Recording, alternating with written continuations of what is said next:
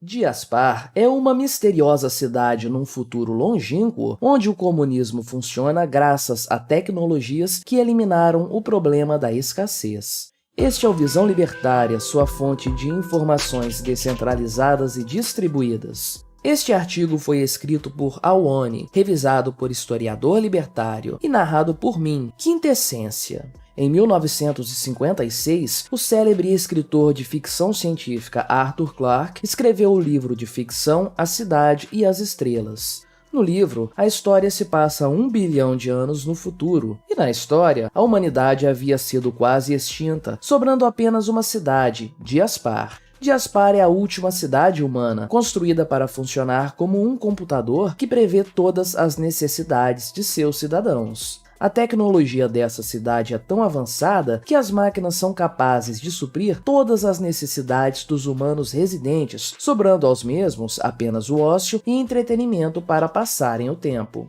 Antes de continuarmos, permita-me explicar a principal diferença teórica entre o comunismo e o capitalismo. Diferente do comunismo, que prega a ideia de que tudo é de todos, sem distinção de classes sociais e ausência de toda e qualquer propriedade privada, o capitalismo, por outro lado, é erigido sobre o princípio da escassez e da institucionalização da propriedade privada. Em economia, a escassez significa dizer que não há quantidade suficiente de um recurso para atender a todas as pessoas que o desejam ou o demandam. Pense nos carros, por exemplo. Para muita gente, ter um carro é um sonho de consumo. Mas se os automóveis fossem distribuídos a preço zero, faltaria carro para cobrir a demanda, certo? Uma das soluções encontradas pela humanidade para lidar com a escassez de recursos é o sistema de preços. Ao se cobrar algo de valor, dinheiro, ouro, entre outros, em troca de recursos, bens ou serviços escassos, conseguimos adequar a demanda à oferta existente.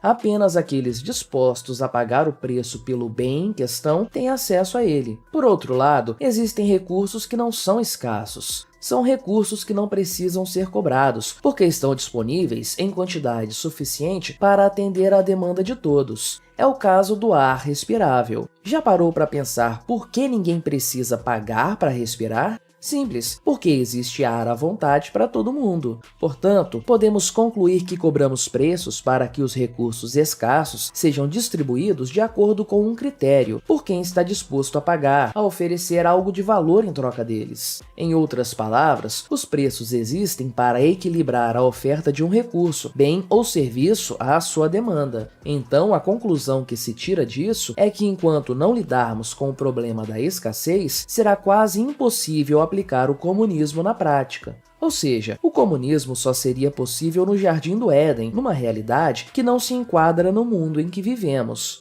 Voltando à história do livro, Diaspar é um perfeito exemplo de uma utopia comunista, pois como o problema da escassez nessa sociedade fictícia foi sanado, já que as máquinas proviam aos humanos tudo do qual demandavam, não havia necessidade de comércio e sistemas de preços típicos de uma sociedade capitalista. É claro que tal sociedade só foi possível graças ao fato da tecnologia estar avançada o suficiente para as máquinas serem capazes de prover todas as necessidades automaticamente, além do fato da humanidade ter sido reduzida à população de uma única cidade, de forma que não faltem recursos para abastecer sua limitada população. Um ponto interessante da obra é que nela os humanos não se reproduzem mais por meios naturais, mas sim em uma câmara de reprodução controlada pelo computador central. Apesar da obra não abordar o ponto de vista econômico sobre o fato dos homens serem produzidos em uma fábrica, creio eu que isso é um modo de controle populacional. Com os humanos limitados a uma cidade, se os mesmos se reproduzissem sem controle, essa sociedade utópica tenderia a colapsar devido à ausência de recursos e território que um aumento populacional demandaria, acabando com a utopia vigente. Outro ponto negativo dessa utopia é a estagnação. O progresso sempre partiu da ambição humana de sempre querer mais, mas como nesse mundo fictício os humanos são ociosos, já que todas as suas necessidades são automaticamente atendidas, os mesmos carecem de ambição. Isso levou a uma estagnação da cidade, fazendo com que a mesma em nada mudasse, mesmo passados milhões de anos. É claro que sempre haverão humanos diferentes que visam a mudança, abalando assim o estado vigente. Então, como forma de controle no contexto da obra, os humanos foram levados a pensar que a vida fora dos muros da cidade é impossível e qualquer um que tentar sair dela perecerá. Não bastando o controle da informação, a inteligência artificial que rege a cidade controla até mesmo a genética humana. E para evitar que a disseminação genética aconteça, todos os humanos que nascem na cidade nascem em um centro de reprodução. Eles são clones sem memória daqueles que morreram, e estes clones são modificados geneticamente para viverem mais e serem inférteis. Eles nunca adoecem e vivem em média por volta de 1000 anos, quando finalmente voltam ao centro de reprodução para reiniciarem o ciclo. Quando nascem, eles ficam em uma família adotiva até completarem a idade de 20 anos, que é quando suas memórias de suas vidas anteriores começam a ressurgir, gerando um ciclo interminável, onde a cidade é sempre povoada pelas mesmas pessoas, evitando assim que ocorra qualquer mudança. É aí que a obra nos apresenta o protagonista da história, Alvin.